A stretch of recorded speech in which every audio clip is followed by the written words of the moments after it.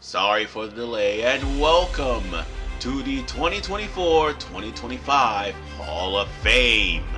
And just like with the Hall of Shame, we'll have 5 games for 2024 and 5 games for 2025 that will be the best of the best that will grace the list.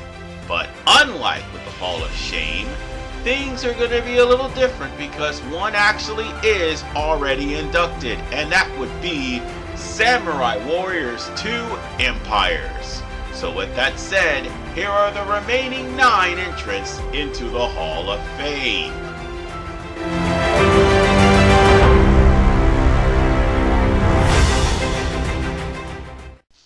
Namco, if you want people to be interested in the Soul Calibur series again, you gotta go back to the roots. Well, keep the breast sliders and the creative characters, but you gotta go back to the roots of Soul Calibur 3.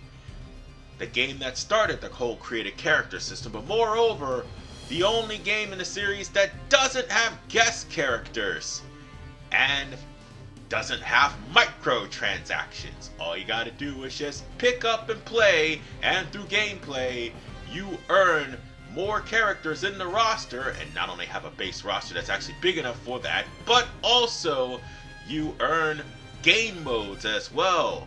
And not to mention, have a game mode for the edit characters known as Chronicles of the Sword, which was already good in its own right, but also gave players a chance to create characters and go through the story. Not to mention, there is a shop that you can actually use the gold from gameplay to purchase items, to purchase weapons, and to purchase clothing for your characters. And moreover, there's an evil and good system anyway. Not to mention, there's many other things you can do in Soul Calibur 3. So long as you play the game, and that's all you need to worry about. And not to mention have a really good soundtrack as well. If you would have done that with 6, people would have been a lot more interested in 6 than what they were now. But nonetheless, ladies and gentlemen, Soul Calibur 3 is the greatest game in the series for the reasons I just listed, and that is why it's in the Hall of Fame.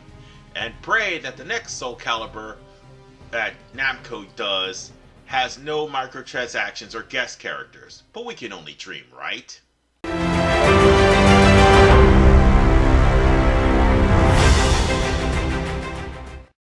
Get ready for the next battle. Obviously, this game was going to be on this Hall of Fame. It was only a matter of time. But, believe it or not, this game just recently came onto the Xbox Store this year.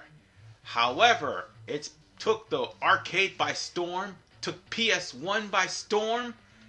Fighter Maker was based off of it, and moreover, Tekken 5 has Tekken 3 as a port of it. Not to mention, ladies and gentlemen, it has bowling and a beat-em-up game in the classic arcade version in the console version, while the arcade is just simply good old-fashioned fun. It's an easy game to pick up, it's an easy game to play, and it's an easy game to enjoy. And that's why everybody loves Tekken 3. I mean, you can't really talk about the whole entire Tekken series without Tekken 3. And then when you look at 8, you wonder where the hell it all fell off. So with that said, ladies and gentlemen, give a round of applause for Tekken 3, the king of Iron Fist itself, as it is now a 2024 recipient of the Hall of Fame.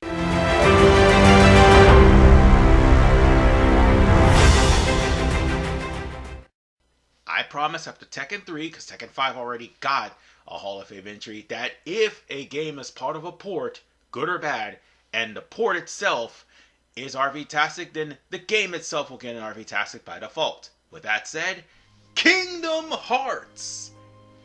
It is, in fact, in the Hall of Fame. Not just one game, but the 1.5 and 2.5 and also the 2.8 HD Remix. The game that tells you the story from the beginning all the way up to the end. basically covering not only the PlayStation 2 games, the PlayStation 3 games, and the PlayStation Plus games. We'll see how 2.8 was PlayStation 3 exclusive, but it also covered the handheld games as well.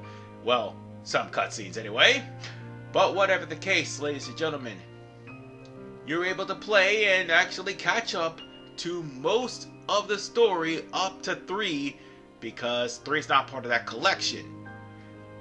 And one thing is certain, the games that you love will be part of the collection, and you'll be able to play them at any given time. And on top of that, it doesn't take up much space on your PlayStation or whatever console you're playing on. And it's, again, multi-console. Something that should have been done years ago, but of course it's Square Enix. With that said, enjoy the lovable Disney/Final Fantasy crossover that actually takes place in Kingdom Hearts, because it finally makes it into the Hall of Fame. I can't say the same for 3. No, seriously, I can't in good faith say the same about 3. That's all.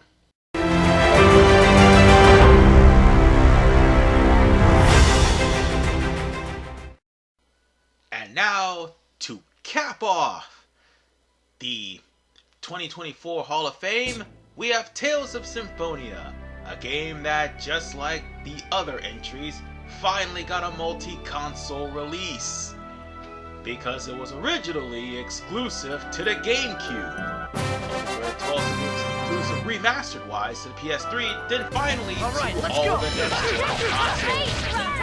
And it's good thing too, the next-gen consoles are able to do 4-player combat. Not to mention all the characters involved, the story is interesting, and moreover, the music is absolutely gorgeous as well. Not to mention, hell, it's voiced by Teen Titans Robin. You can't get any better than that. So with that said, ladies and gentlemen, with all the titles, and all the comedy, and all the tragedy, and all the love in the world that this game has, I give Tales of Symphonia the title of RV-tastic, and also an entry in the Hall of Fame. Now, if only Lloyd can avoid getting kicked in the face. Ladies and gentlemen, give a round of applause for our 2024 alumni. And now, it is time for us to list off the 2025 alumni in the Hall of Fame. So with that said, without further ado, let's go!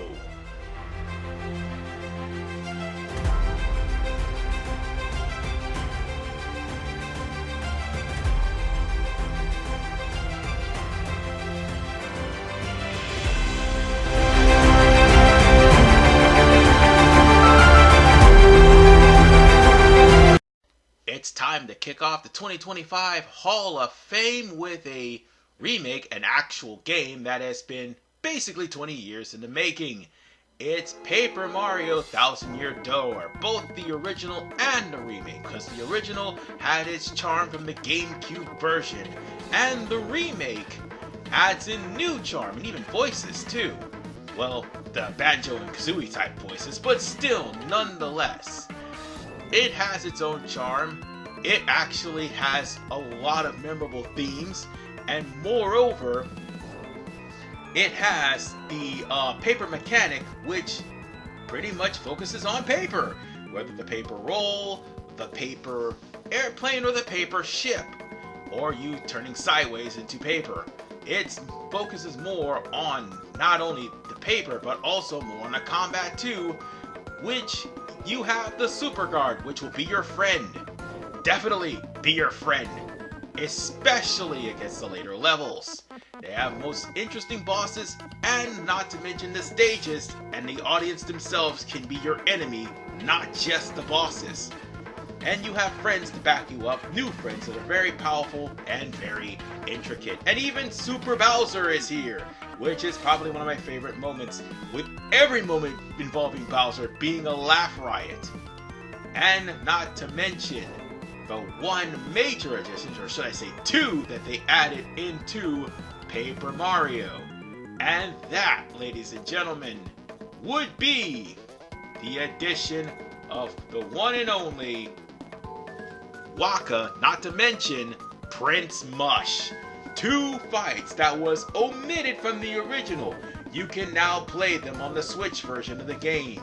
And by God, those 2 are the hardest fights in the game if you don't know anything about Super Guards. So with that said, ladies and gentlemen, give a round of applause for Paper Mario, the Thousand-Year Door and its remake, because even though the English version kinda fucked up things, it's still a good game in its own right.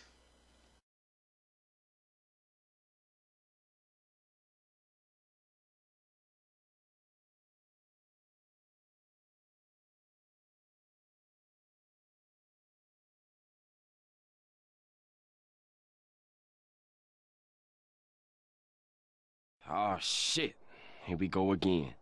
What can I say? This game was the alma mater of my channel, and without this game, there wouldn't be any sort of rip-offs or knockoffs.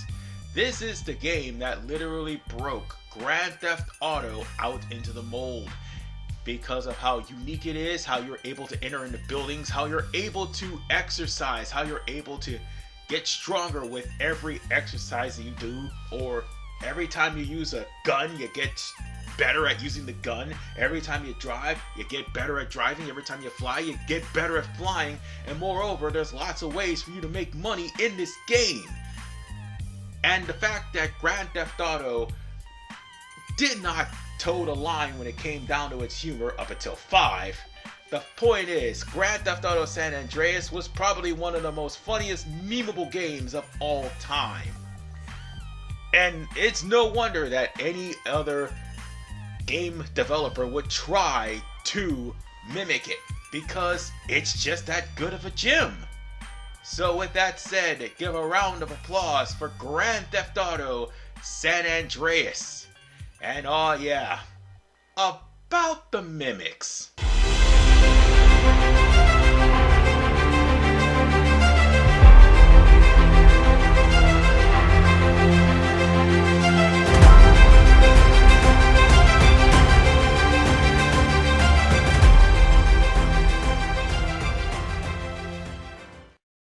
Even though the game journalist has been accused of calling Saints Row a GTA San Andreas clone, you really can't call it that, because one thing that Saints Row does that Grand Theft Auto doesn't is created characters.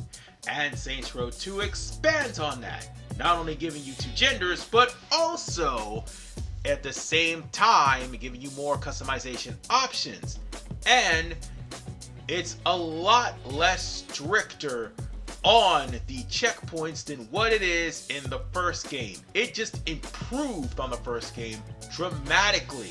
Not to mention, you can actually be your own boss for real and buy shops that could basically get you a lot of money, but moreover do activities that'll net you respect. I mean, look at the amount of respect I have from activities alone. So ladies and gentlemen, give a round of applause for Saints Row 2. Despite its terrible helicopter controls, it is still worlds better than the Saints Row reboot, which is why everybody comes to it on every single console that it's available. Yes, even the PC. And one more thing I should mention. Can a GTA clone literally pull out a dildo bat and beat the shit out of people? Well, yes and no, but CJ has to go through a lot of trouble just to get the dildo bat in the first place. You don't have to. So take that! Oh, and one more thing. It literally took Grand Theft Auto 5 games to have edit characters. And you have to actually buy the online mode to do it.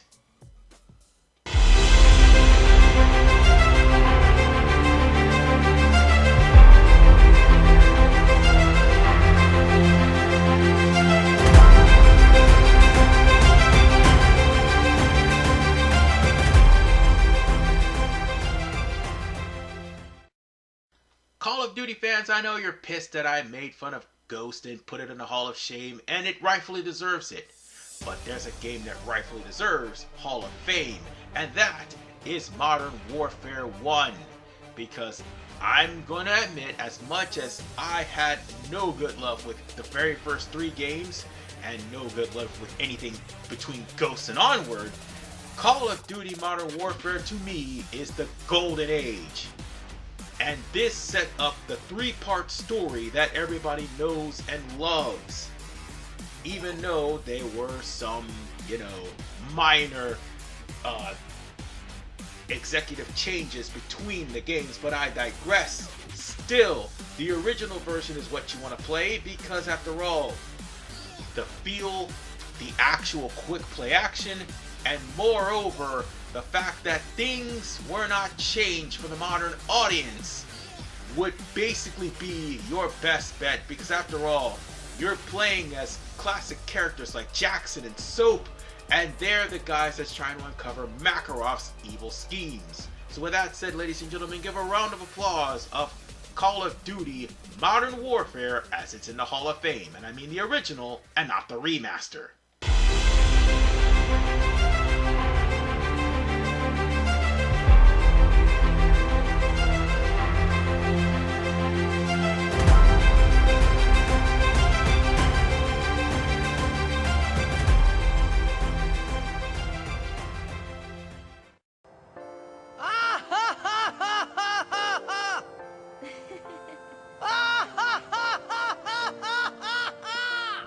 What can I say?